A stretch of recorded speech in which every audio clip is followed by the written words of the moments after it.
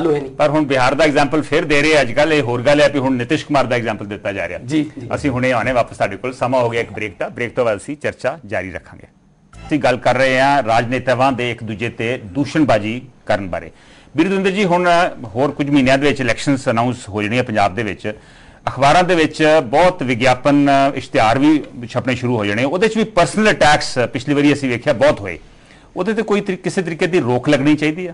ਬਿਲਕੁਲ ਲੱਗਣੀ ਚਾਹੀਦੀ ਆ, ਉਹਦੇ ਤੇ ਸੈਂਸਰ ਹੋਣਾ ਚਾਹੀਦਾ, ਕੋਈ ਨਾ ਕੋਈ ਚਾਹੇ ਤਾਂ ਜਿਹੜਾ ਪ੍ਰੈਸ ਕਮਿਸ਼ਨ ਹੈਗਾ ਉਹਨਾਂ ਨੂੰ ਉਹਦਾ ਕੋਈ ਸੀਮਾ ਜਿਹੜੀ ਹੈਗੀ ਹੈ ਉਹ ਤੈਅ ਕਰਨੀ ਚਾਹੀਦੀ ਹੈ, ਔਰ there should be a committee in each state ਜਿਹੜੀ ਉਹਨਾਂ ਵਿਗਿਆਪਨਾਂ ਨੂੰ ਐਗਜ਼ਾਮਨ ਕਰੇ, ਔਰ ਉਹਦੇ 'ਚ ਜਿਹੜੀ ਦੂਸ਼ਣਬਾਜ਼ੀ ਔਰ ਜਿਹੜੀ ਝੂਠੀ ਆਭਾ ਜਿਹੜੀ ਹੈਗੀ ਹੈ ਉਹ ਉਹਦੇ 'ਚ ਵਿਖਾਈ ਜਾਂਦੀ ਹੈਗੀ ਹੈ, ਉਹਨਾਂ ਸਾਰਿਆਂ ਤੇ ਪਾਬੰਦੀ ਲੱਗਣੀ ਚਾਹੀਦੀ ਹੈ। केपी जी, ਤੁਹਾਨੂੰ ਲੱਗਦਾ ਵੀ ਪਾਬੰਦੀ ਲੱਗਣੀ ਚਾਹੀਦੀ ਹੈ ਕੋਈ, ਕਿਉਂਕਿ ਕਈ ਬੜੇ ਪਰਸਨਲ ਅਟੈਕਸ ਲੀਡਰਸ ਤੇ ਹੋਣੇ ਸ਼ੁਰੂ ਹੋ ਜਾਂਦੇ ਆ। ਇੱਕ ਤਾਂ ਮੈਂ ਇਹ ਵੀ ਕਹਿਣਾ ਚਾਹੁੰਦਾ ਵੀ ਬਿਲਕੁਲ ਇਹ ਗੱਲ ਦਰੁਸਤ ਹੈ ਕਿ ਇਹਦੇ ਤੇ ਲੱਗਣੀ ਚਾਹੀਦੀ ਹੈ।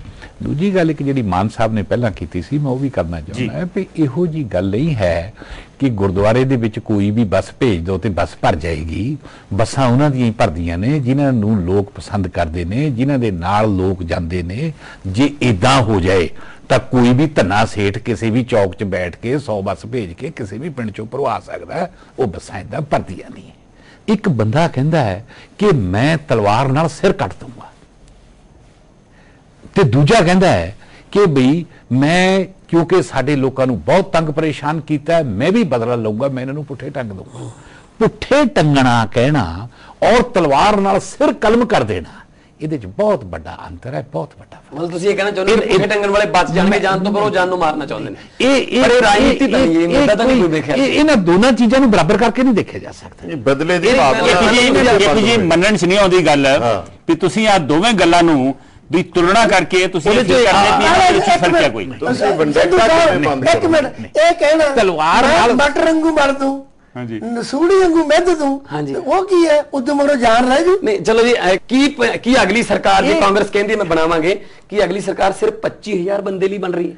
ਬਾਕੀ 3 ਕਰੋੜ ਪੰਜਾਬੀ ਕਿੱਥੇ ਜਾਣਗੇ ਜੀ ਫਿਰ? ਮਾਨ ਸਾਹਿਬ ਨਹੀਂ ਇੱਕ ਹੋਰ ਮੈਂ ਕਹਿੰਦਾ ਇਸ ਗੱਲ ਨੂੰ ਹੋਰ ਤਲਵਾਰ ਨਾਲ ਸਿਰ ਕੱਟਣਾ, ਅੱਛਾ ਜੀ, ਤੇ ਪੁੱਠੇ ਤਲਵਾਰ ਨਾਲ ਸਿਰ ਕੱਟਣਾ ਤੇ ਪੁੱਠੇ ਟੰਗਣਾ, ਇਹ ਦੋਵੇਂ ਚੀਜ਼ਾਂ ਬਰਾਬਰ ਹੋ ਗਈਆਂ? ਨਹੀਂ ਮਤਲਬ ਪੁੱਠੇ ਟੰਗਣਾ ਵਧੀਆ ਹੋਈ ਚੀਜ਼ਾਂ ਬਰਾਬਰ ਹੋ ਗਈਆਂ। ਪੁੱਠੇ ਟੰਗਣ ਸਾਬਤ ਕਰ ਰਹੇ ਹੋ ਪੁੱਠੇ ਟੰਗੇ ਤੇ ਖੱਲ ਟੰਗੀ ਦੀ ਬੱਕਰਿਆਂ ਦੀ ਪੁੱਠੀ। ਨਹੀਂ ਪੁੱਠੇ ਟੰਗਣ, ਤੁਸੀਂ ਪੁੱਠੇ ਟੰਗਣ ਨੂੰ ਜਾਇਜ਼ ਠਹਿਰਾ ਰਹੇ ਹੋ। ਮੈਂ ਜਾਇਜ਼ ਨਹੀਂ ਕਹਿੰਦਾ, ਪਰ ਇਹਨਾਂ ਨੂੰ ਬਰਾਬਰੀ ਵੀ ਨਹੀਂ ਕੀਤੀ ਜਾ ਸਕਦੀ। ਇੱਕ ਮਿੰਟ ਵੀਰਵਿੰਦਰ ਦੀ ਗੱਲ ਸੁਣ ਲਈ ਕਿ ਜੀ 25,000 ਬੰਦਿਆਂ ਤੇ ਝੂਠੇ ਮੁਕੱਦਮੇ ਬਣਾਏ ਨੇ, ਅਸੀਂ ਉਹਨਾਂ ਲੋਕਾਂ ਨੂੰ ਪੁੱਠੇ ਟੰਗਾਂਗੇ। ਤੇ ਜੇ 25,000 ਝੂਠਾ ਮੁਕੱਦਮਾ ਬਣਿਆ ਤਾਂ ਇਹਦਾ ਮਤਲਬ ਉਹ ਮੁਕੱਦਮਾ ਬਣਾਉਣ 'ਚ 50,000 ਬੰਦਾ ਤਾਂ ਇਨਵੋਲਵ ਹਨ। ਹਾਂਜੀ ਹੋਊਗਾ, ਸ਼ਾਇਦ 50,000 ਹੋ ਗਿਆ ਨਾ, ਪੁਲਿਸ ਵਾਲੇ ਇਨਵੋਲਵ ਹੋ ਗਏ ਤੇ ਨਾਲ ਉਹ ਜਿਹੜਾ ਕੰਪਲੇਨੈਂਟ ਆ ਉਹ ਇਨਵੋਲਵ ਹੋ ਗਿਆ।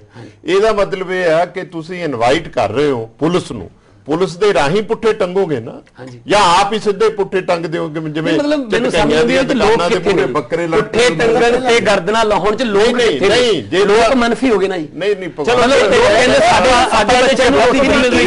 ਸਾਨੂੰ ਸਾਡੇ ਘਰ ਘਰ ਕੈਂਸਰ ਹੈ। ਇੱਕ ਮਿੰਟ ਬਹੁਤੀ ਬਰੀਕੀ ਨਾ ਜਾਂਦੇ ਹੋਏ ਬਲਵੰਤ ਜੀ ਇਹ ਦੱਸੋ ਕਿ ਇਹ ਸਾਰੀਆਂ ਡੈਫੇਮੇਟਰੀ ਸਟੇਟਮੈਂਟਸ ਹੈ, ਪਰ ਡੈਫੇਮੇਟਰੀ ਲਾਅ ਜਿਹੜਾ ਵਾ ਬਹੁਤ ਸਲੋ ਆ, ਕਈ ਸਾਲ ਹੀ ਲੱਗ ਜਾਂਦੇ। ਹਾਲੇ ਪਿਛਲੀ ਇਲੈਕਸ਼ਨ ਦੇ ਹਾਲੀ ਡੈਫੇਮੇਸ਼ਨ ਕੇਸ ਹਾਲੀ ਰਿਜ਼ੋਲਵ ਨਹੀਂ ਹੋਏ, ਹਾਲੀ ਵੀ ਸ਼ਾਇਦ ਕਚਹਿਰੀਆਂ ਦੇ ਵਿੱਚ ਆ। ਤੇ ਇਹਦਾ ਕੀ ਇਲਾਜ ਹੈ ਬਲਵੰਤ ਜੀ? ਮੇਰੇ ਸਾਹਮਣੇ ਸਪਸ਼ਟ ਇਲਾਜ ਇਹ ਹੈ ਕਿ ਚੋਣ ਮੈਨੀਫੈਸਟੋ ਵਿੱਚ ਪਾਰਟੀਆਂ ਵਾਅਦਾ ਕਰਨ, ਨੰਬਰ 1। ਨੰਬਰ 2, ਜਿਹੜੀ ਪਹਿਲਾ ਗੱਲ ਤੁਸੀਂ ਕਹੀ ਹੈ ਸੰਧੂ ਸਾਹਿਬ ਤੇ ਕੇਪੀ ਸਾਹਿਬ, ਜਿੰਨਾ ਕੇਪੀ ਸਾਹਿਬ ਠੰਡਾ ਬੋਲਦੇ, ਜੇ ਇੰਨਾ ਠੰਡੇ ਬੋਲਦੇ ਹੁੰਦੇ ਅੱਜ ਬਹਿਸ ਹੀ ਨਾ ਹੁੰਦੀ। ਮੇਰਾ ਮਤਲਬ ਇਹ ਹੈ ਵੀ ਜੇ ਇਲੈਕਸ਼ਨ ਕਮਿਸ਼ਨ ਮੈਂ ਤਾਂ ਕਹਿੰਦਾ ਡਿਸਕੁਆਲੀਫਾਈ ਕਰਨ ਤੱਕ ਜਾਵੇ ਤੇ 30 ਦਿਨ 'ਚ ਫੈਸਲਾ ਹੋਵੇ, ਲਮਕਾਇਆ ਨਾ ਜਾਵੇ। ਬਹੁਤ ਵਧੀਆ ਸੁਜੈਸ਼ਨ ਹੈ ਵੀ ਇਲੈਕਸ਼ਨ ਕਮਿਸ਼ਨ ਇਹਦੇ ਵਿੱਚ ਇੰਟਰਵੀਨ ਕਰੇ ਔਰ 30 ਦਿਨ ਵਿੱਚ ਫੈਸਲਾ ਕਰੇ। ਇੱਕ ਹੋਰ ਇਲਾਜ ਵੀ ਹੈ, ਹੁਣ ਤੁਹਾਨੂੰ ਹੋਰ ਸਟੇਟਮੈਂਟਸ ਅਸੀਂ ਸੁਣਾਉਣੇ ਆ। ਜੇ ਅੱਜ ਡਰੱਗਸ ਦੀ ਗੱਲ ਕਰੀਏ ਤਾਂ 73% ਨੌਜਵਾਨ ਨੇ ਜਿਹੜੇ ਡਰੱਗਸ ਦੇ ਆਦੀ ਬਣਾਤੇ। ਅੱਜ ਕੋਈ ਸਾਡਾ ਨੌਜਵਾਨ ਪੁਲਿਸ 'ਚ, ਸਾਡਾ ਕੋਈ ਨੌਜਵਾਨ ਫੌਜ 'ਚ ਭਰਤੀ ਨਹੀਂ ਹੋ ਰਿਹਾ। ਇਹ ਸਾਰੀਆਂ ਗੱਲਾਂ ਲੈ ਕੇ, ਇਹ ਸਾਰਾ ਦੁਖਾਂਤ ਪੰਜਾਬ ਦਾ ਲੈ ਕੇ ਕੋਨੇ-ਕੋਨੇ ਤੋਂ ਪੰਜਾਬ ਦੇ ਪਿੰਡ-ਪਿੰਡ, ਸ਼ਹਿਰ-ਸ਼ਹਿਰ ਤੋਂ ਨੌਜਵਾਨ ਬੜੇ ਦੁਖੀ ਮਨ ਨਾਲ, ਬੜੇ ਦੁਖੀ ਹਿਰਦੇ ਨਾਲ ਵਿਧਾਨ ਸਭਾ ਜਦੋਂ ਚੱਲੂਗੀ ਉਹਦਾ ਘਰਾਓ ਕਰਨਗੇ। ਗੁਰੂ ਨਾਨਕ ਪਾਤਸ਼ਾਹ ਜੀ ਸੰਸਾਰ ਵਿੱਚ ਔਰਤ ਦੀ ਅਹਿਮੀਅਤ ਨੂੰ ਦਰਸਾਉਂਦੇ ਹੋਏ फरमान करते हैं कि औरत को ही इंसान जन्म लेना है, औरत के नाल ही विआह करता है, औरत के नाल ही गृहस्थ चलता है, ते औरत के नाल ही संसार के सारे रिश्ते जुड़े हुए हैं। केपी जी, दो इस तरह के काम जो सामने आए हैं, एक तो रवनीत बिट्टू ने पिछे जे एक ड्रग्स के खिलाफ रैली शुरू की है जी, इस तरह ही हरसिमरत बादल ने नन्ही छां जिहड़ा स्कीम है वो फीमेल फीटिसाइड के खिलाफ उन्होंने मूवमेंट चलाई है। तुसीं ये दोवें बारे की कहोगे, दोवें जिहड़े मूवमेंट्स चलाइयां इन्होंने? ਇਹਦੀ ਤਾਂ ਲੋੜ ਹੈ ਜੀ। मेरा तो दोवें पार्टियां दोवें नेता जिहड़े है चंगा काम कर रहे हैं। बिल्कुल बिल्कुल, व्यक्तिगत तौर पर जे कोई अच्छा काम करता है दैन वी मस्ट एप्रीशिएट, जिहड़ा सोसाइटी की बेहतरी लई, सूबे की बेहतरी तुहाडे हिसाब नाल होर किहड़े इशूज है जिहड़े टेक अप करने चाहिए? एक ने ड्रग्स का इशू लिया वा, दूजे ने फीमेल फीटिसाइड का इशू लिया। ड्रग्स का इशू है जी, फीमेल जी फिटिसाइड का जोड़ा है ये आ, और अज पंजाब के अंदर एक वड्डी समस्या जी है तय जमीन के पानी की है। पानी थले भी जा रहा तो पानी पोल्यूटेड भी है हर जगह, जिथे किते भी आप देख लीए, खास तौर पर मालवे के विच या जिथे जिथे फार्मास्यूटिकल इंडस्ट्री हैगी है, इस पासे किसी का ध्यान नहीं गया। बहुत बड़ा आने वाले समय पंजाब नूं दरपेश है। तुहाडे हिसाब नाल तुहाडी पार्टी जिहड़ी है लोक भलाई पार्टी, और तुसीं निजी तौर पर काफ़ी इशूज टेकअप किए, NRIs के इशू टेकअप किए, शादी ब्याह शादियों के बहुत खर्च होंगे और टेकअप किए, तुहाडे हिसाब नाल इस वेले सब तो वड्डी पंजाब दे विच जो कोई प्रॉब्लम है, बीमारी है, वो की है? सब तो वड्डी बीमारी ये है कि लीडर संजीदा नहीं, लीडर लोगों तो डरते नहीं, तो लीडर को लोगों का फिक्र नहीं। उत्तों बीमारी बहुत ही है भी धड़ेबंदियां इन्नियां भी लोगों को लीडर का फिक्र है भी इन्होंने पुत्त धी ना हार जान। दूजी वड्डी गल ये है हल लैन आउंदे, इलाज लैन लोग इकट्ठा विच कोई इलाज नहीं। मैनू ये लगता है कि वड्डी बीमारी ये है कि लीडरां दे गप, लीडरां दीयां फोके नारे, लीडरां दी जिहड़ी संजीदगी दी गैर हाज़री ते लीडरां दे स्वार्थ दे लगे हुए हिमालय पर्वत दे ढेर, इहदे नाल किते लोक राज तो लोकां दा विश्वास ना उड़ जे। बड़ी समस्या है। कौन गल करदा? नन्ही छां दी गल करदे हो, जिहड़ियां कुखां चों बच गईयां ਉਹ ਜ਼ਿਆਦਾ ਔਖੀਆਂ ਜਿਹੜੀਆਂ ਮਰ ਗਈਆਂ ਉਹਦਾ ਪਾਣੀ ਜਿਹਾ ਸੀ 2 ਮਹੀਨੇ ਨਿਕਲ ਗਿਆ। ਕਿਤੇ ਸੋਚਿਆ ਜੇ ਕੁੱਖਾਂ 'ਚ ਜੇ ਵਿਆਹੀਆਂ ਵਰੀਆਂ ਸੜਨਗੀਆਂ ਤੇ ਕੁੱਖਾਂ 'ਚ ਮਰਨਗੀਆਂ ਤੇ ਨਸ਼ੇ। ਮੈਂ ਬਿੱਟੂ ਜੀ ਨੂੰ ਮਿਹਨਤ ਕਰਕੇ ਪੁੱਛਾਂ ਵੀ ਤੁਸੀਂ ਸਾਰਿਆਂ ਨੇ ਨਸ਼ੇ ਵੰਡੇ ਨਹੀਂ, ਚੜੋ ਦਰਬਾਰ ਸਾਹਿਬ, ਤੁਸੀਂ ਤਾਂ ਲਿਆ ਦਿੰਦੇ ਆ ਜਿਹੜਾ ਤੁਰਕੀ ਦੇ ਭੁਚਾਲ ਵਾਂਗੂ ਹਰ ਨਸ਼ੇ ਵੰਡ ਕੇ 20 ਟਰੱਕ ਤਾਂ ਜਾਂਦੇ ਆ 4 ਪਿੰਡਾਂ 'ਚ ਤੇ ਡੋਡੇ ਫੀਮਾ ਸਮੈਕਾਂ। ਜਦੋਂ ਭਗਵੰਤ ਕਹਿੰਦੇ ਜਦੋਂ ਟਰੱਕ ਤੁਰਦਾ ਨਾ ਬੱਸ ਵੀ ਚੱਲੀ ਹੈ ਮੁਕਤਸਰ ਨੂੰ ਫਲਾਣੇ ਤੇ ਮਗਰੋਂ ਜਿਵੇਂ ਰੇਹੜੀ ਵਾਲੇ ਦੇ ਠੇਕੇ ਦੇ ਮੂਹਰੇ ਆਂਡੇ ਦੇ ਛਿੱਲੜ ਪਏ ਹੁੰਦੇ ਐ, ਫੈਂਸੀਆਂ, ਟੀਕੇ, ਪੱਤੇ ਤੇ ਗੋਲੀਆਂ ਸਭ ਪਈਆਂ ਹੁੰਦੀਆਂ। ਬਰਬਾਦੀ ਨਸ਼ੇ। ਸੋ ਤੁਹਾਨੂੰ ਲੱਗਦਾ ਵੀ ਇਹ ਜਿਹੜੇ ਲੀਡਰ ਜਿਹੜੇ ਤੁਰੇ ਵੀ ਇਸ ਪਾਸੇ ਨੂੰ ਉਹ ਬਹੁਤ ਹੀ ਸਿੰਸੈਰਿਟੀ ਨਾਲ ਤੁਰੇ? ਸਿੰਸੀਅਰ ਹੋਣ ਤਾਂ ਯਾਰ ਪਤਾ ਖੁਸ਼ਬੂ ਆ ਜੇ है ही नहीं खुशबू। बिंदुंदर जी, तुहाडे हिसाब नाल लीडर जिहड़े है मूवमेंट्स चला रहे हैं, ये सिंसैरिटी है इन्हां च कि नहीं है, और तुहाडे हिसाब नाल होर इशूज की टेकअप करन वाले? देखो, मैं समझदा कि वो साडे मालवे च तरंजना च लड़कियां कत दियां बोली पाउंदियां हुंदियां सी कि कत थक गई शिकायतां दियां पूणियां, हुण तां चरखे दी टुट गई मालवे ते मैं होईयां हालों बेहाल वे। अर्ज ये है कि पूरा सिस्टम ऑफ गवर्नेंस जिहड़ा हैगा वो कलैप्स हो गया, बिल्कुल कलैप्स हो गया। लोगों दी उम्मीदां बिल्कुल टुट गईयां, लोगों नूं कोई उम्मीद हुण गवर्नेंस च रही नहीं है। अदालतां जिहड़ियां ने न्याय देण च असफल ने, और सरकार जिहड़ी है वो गुड गवर्नेंस देण च असफल है। कोई लोगों दे जिहड़े मुद्दे ने उन्हां ते कोई डिलीवर नहीं कर रहा। करप्शन उपर तो लैके हेठां तक है। ਅੱਜ ਤੁਹਾਡੇ ਸਾਹਮਣੇ ਜੀ ਦੋਵੇਂ ਪੋਲੀਟੀਕਲ ਪਾਰਟੀਜ਼ ਹੁਣ ਇਸ ਵੇਲੇ ਅਕਾਲੀ ਦਲ BJP ਗਵਰਨਮੈਂਟ ਕਹਿ ਰਹੀ ਹੈ ਕਿ ਅਸੀਂ ਪਿਛਲੇ 4 ਸਾਲ ਦੇ ਵਿੱਚ ਬਹੁਤ ਕੁਝ ਅਚੀਵ ਕੀਤਾ, ਅਖਬਾਰਾਂ ਦੇ ਇਸ਼ਤਿਹਾਰ ਆ ਰਹੇ ਆ। ਇਸੇ ਤਰ੍ਹਾਂ ਹੀ ਪਹਿਲਾਂ ਕਾਂਗਰਸ ਨੇ ਕਿਹਾ ਸੀ ਕਿ ਅਸੀਂ ਬਹੁਤ ਕੁਝ ਅਚੀਵ ਕੀਤਾ, ਔਰ ਤੁਸੀਂ ਕਹਿ ਰਹੇ ਜੇ ਹੋਈ ਕਰ। ਮੈਂ ਕਹਿਣਾ ਜਦ ਤੱਕ ਕਰਪਸ਼ਨ ਨੂੰ ਨੱਥ ਨਹੀਂ ਪੈਂਦੀ, ਨਾ ਪਿਛਲੀ ਸਰਕਾਰ ਚ ਪਈ ਹੈ, ਮੈਂ ਤਾਂ ਉਸ ਸਰਕਾਰ ਦਾ ਹਿੱਸਾ ਬੜੀ ਤਬਦੀਲੀ ਕਰ ਲਓ, ਤੇ ਨਾ ਹੋਣ ਵਾਲੀ ਸਰਕਾਰ ਚ ਕਰਪਸ਼ਨ ਨੂੰ ਕੋਈ ਨੱਥ ਪਈ। ਕੱਲੀ ਕਰਪਸ਼ਨ ਨਹੀਂ, ਰਾਜਸੀ ਕਰਪਸ਼ਨ ਤਾਂ ਬਹੁਤ ਵੱਡੀ ਹੈ। ਜਦ ਤੱਕ ਤੁਸੀਂ ਰਾਜਸੀ ਕਰਪਸ਼ਨ ਨਹੀਂ ਬੰਦ ਕਰਦੇ, ਜਦ ਤੱਕ ਲੀਡਰਾਂ ਦੀ ਕਰਪਸ਼ਨ ਬੰਦ ਨਹੀਂ ਹੁੰਦੀ, ਰਾਜਸੀ ਕਰਪਸ਼ਨ ਤੋਂ ਬਾਅਦ ਰਾਜਸੀ ਕਰਪਸ਼ਨ ਕਹਿੰਦੇ ਬਹੁਤ ਵੱਡਾ ਇਸ਼ੂ ਹੈ, ਕਹਿ ਸਕਦੇ ਹੋਰ ਇਸ਼ੂ ਵੀ ਟੇਕ ਅਪ ਨਹੀਂ ਹੋ ਰਹੇ।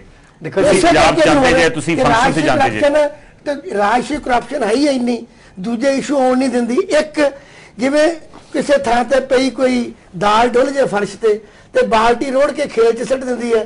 ਤੁਸੀਂ ਆਪਾਂ ਚਾਰੇ ਪੰਜੇ ਜਾਣੇ 50 ਨੇਕੀਆਂ ਕਰ ਲਓ, ਜਦੋਂ ਹਰਾਮ ਦੇ ਪੈਸੇ ਤੇ ਰਾਜਸੀ ਕਰਪਸ਼ਨ ਦਾ ਬਾਲਟੀ ਵੱਜੀ ਸਭ ਰੋੜ ਕੇ ਖੇਲ 'ਚ ਸਿੱਟ ਦਿੰਦੇ ਆ ਸਾਡੀ ਬਦਕਿਸਮਤੀ ਹੈ। ਪਰ ਸੰਧੂ ਸਾਹਿਬ ਮੈਂ ਦੇਖਿਆ ਵੀ ਵੱਡੇ ਵੱਡੇ ਵਾਅਦੇ ਕੀਤੇ ਜਾਂਦੇ ਨੇ, ਆਹ ਕਰਤਾ ਉਹ ਕਰਤਾ, ਦੋਨੇ ਸਰਕਾਰਾਂ ਵੱਲੋਂ ਕੀਤੇ ਜਾਂਦੇ ਨੇ। ਮੈਂ ਕਿਸੇ ਇੱਕ ਪਾਰਟੀ ਨੂੰ ਜਾਂ ਕੋਈ ਫੇਵਰ ਨਹੀਂ ਕਰਦਾ, ਮੈਂ ਸੋਸ਼ਲ ਕ੍ਰਿਟਿਕ। ਔਰ ਹੁਣ ਮਨਪ੍ਰੀਤ ਬਾਦਲ ਵੀ ਬਹੁਤ ਵੱਡੇ ਉਹ ਵੀ ਕਹਿੰਦੇ ਕਿ ਅਸੀਂ ਬੇਰੁਜ਼ਗਾਰੀ ਖਤਮ ਕਰ ਦਾਂਗੇ, ਪਤਾ ਨਹੀਂ ਕਿਹੜੀ ਉਹਨਾਂ ਕੋਲ ਗਿੱਦੜ ਸਿੰਘੀ ਹੈ ਵੀ ਅਸੀਂ ਪੰਜਾਬ ਦਾ ਕਰਜ਼ਾ ਜਾਂ ਅਣਖ ਨਾਲ ਜਿਉਣ ਲਾ ਦਾਂਗੇ, ਹਨਾ।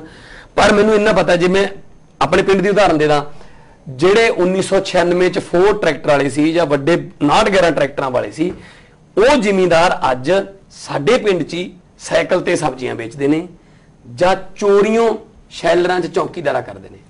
ਚੋਰੀਆਂ ਤਾਂ ਕਿਉਂਕਿ ਹਜੇ ਜੱਟਾਂ ਵਾਲੀ ਅਣਖ ਹੈ, ਉਹਨਾਂ 'ਚ ਈਗੋ ਹੈ ਵੀ ਕਿਸੇ ਨੂੰ ਪਤਾ ਨਾ ਲੱਗ ਜੇ।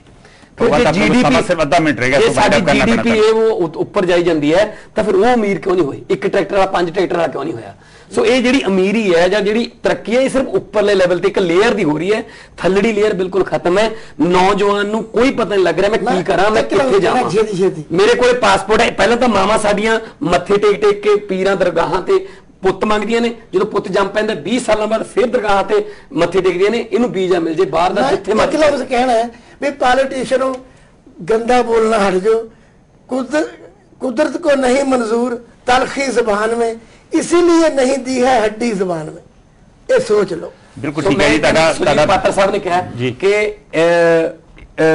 लगी जे तेरे कलेजे अजे छुरी नहीं है, ये ना समझी कि शहर की हालत बुरी नहीं है। जे किसी पार्टी नूं इदां दा सेक नहीं लग्या तो ये ना समझण कि सारा कुछ सही है। सो इन्होंने सोचना चाहिए कि पंजाब के लोग जे शांत ने ਜਾਂ ਫਿਰ ਰੈਲੀਆਂ ਦੇ ਵਿੱਚ ਤਾੜੀਆਂ ਨਹੀਂ ਵੱਜ ਰਹੀਆਂ ਜਾਂ ਹੱਥ ਖੜੇ ਨਹੀਂ ਹੋ ਰਹੇ, ਇਹ ਕਿਸੇ ਨਾ ਕਿਸੇ ਤੂਫਾਨ ਤੋਂ ਪਹਿਲਾਂ ਠੀਕ ਹੈ। ਪਾਤਰ ਜੀ ਦੇ ਬਹੁਤ ਇੰਪੋਰਟੈਂਟ ਲਫ਼ਜ਼ ਹੈ ਜਿਹੜੇ गालिब का एक बड़ा प्यारा शेर है कि हर एक बात पे कहते हो कि तू क्या है, तुम ही कहो ये अंदाज़े गुफ्तगू क्या है। अंदाज़े गुफ्तगू जिहड़ा है ਉਹਨੂੰ भी बदलना जरूरी है, तर्ज़े जिंदगी ਨੂੰ भी बदलना बहुत। ਆਪਾਂ ਅੱਜ ਤੇ ਅੰਦਾਜ਼ੇ ਗੁਫ਼ਤਗੂ ਨੂੰ ਬਦਲਣ ਦੀ ਗੱਲ ਕਰ ਰਹੇ ਹਾਂ। ਇੱਕ ਤੁਹਾਡੇ ਰਾਹੀਂ ਸੁਨੇਹਾ ਦੇਣਾ, ਮਿੰਟ ਵਾਲੀ ਗੱਲ ਹੈ, 117 MLA 20 MPO ਲੀਬੀਆ 'ਚ ਫਸਿਆਂ ਨੂੰ ਕੱਢਣ ਵਾਸਤੇ ਵੀ ਕੋਸ਼ਿਸ਼ ਕਰ ਲਓ ਤੇ ਆ ਜਿਹੜੇ ਦਮ ਗਏ ਤੇ ਫੇਰ ਕਰ ਜੀ।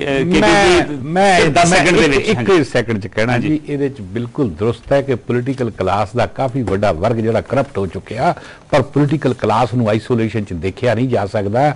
ਚੰਡੀਗੜ੍ਹ ਦੇ ਆਲੇ ਦੁਆਲੇ ਦਾ ਸਰਦਾ ਕਰ ਲਓ, ਰੋਪੜ ਤੋਂ ਲੈ ਕੇ ਲੁਧਿਆਣੇ ਤੱਕ ਦਰਿਆ ਸਤਲੁਜ ਦਾ ਦੋਏ ਪਾਸੇ ਦਾ ਮੰਡ ਦੇਖ ਲਓ, ਵਿੱਚੇ IAS ਰਲੇ ਨੇ, ਵਿੱਚੇ IPS ਰਲੇ ਨੇ, ਵਿੱਚੇ ਕਾਰਪੋਰੇਟ ਹਾਊਸਿਸ ਰਲੇ ਨੇ, ਵਿੱਚੇ ਹੋਰ ਬਹੁਤ ਸਾਰੇ ਲੋਕ ਰਲੇ ਨੇ। ਸਿਰਫ ਰੋਪੜ ਦੀ ਗੱਲ ਕਿਉਂ ਕਰਦੇ? ਮੈਂ ਕਿਹਾ ਨੰਗਲ ਵੀ ਵਿੱਚ ਇਨਕਲੂਡ ਕਰ ਲਿਆ। ਨਹੀਂ ਜੀ, ਮੈਂ ਕਹਿੰਦਾ ਬਹੁਤ ਬਹੁਤ ਧੰਨਵਾਦ। ਇਸ ਡਿਸਕਸ਼ਨ ਦੇ ਵਿੱਚ ਆਏ ਰਾਜਨੀਤੀ ਦਾ ਪੱਧਰ ਡਿੱਗਦਾ ਜਾ ਰਿਹਾ ਹੈ। ਸੱਤਾ ਵਿੱਚ ਆਉਣ ਲਈ ਰਾਜਨੇਤਾ ਆਪਣੇ ਵਿਰੋਧੀਆਂ ਨੂੰ ਜ਼ਲੀਲ ਕਰਨ ਤੋਂ ਬਾਜ਼ ਨਹੀਂ ਆ ਰਹੇ। ਅਜਿਹੇ ਵਿੱਚ ਜਨਤਾ ਨਾਲ ਜੁੜੇ ਅਸਲ ਮੁੱਦੇ ਨਜ਼ਰਅੰਦਾਜ਼ ਕੀਤੇ ਜਾ ਰਹੇ ਨੇ। ਕੀ ਤੁਸੀਂ ਅਜਿਹੀ ਰਾਜਨੀਤੀ ਸਵੀਕਾਰ ਕਰੋਗੇ? ਫੈਸਲਾ ਤੁਹਾਡੇ ਹੱਥ ਦੇ ਵਿੱਚ ਹੈ। ਇਸੇ ਦੇ ਨਾਲ ਅਸੀਂ ਅੱਜ ਦੀ day and night prime debate ਇੱਥੇ ਖਤਮ ਕਰਦੇ ਹਾਂ। ਕੱਲ ਫਿਰ ਮਿਲਾਂਗੇ ਇੱਕ ਨਵੇਂ ਮੁੱਦੇ ਦੇ ਨਾਲ। ਨਮਸਕਾਰ, ਸਤਿ ਸ਼੍ਰੀ ਅਕਾਲ।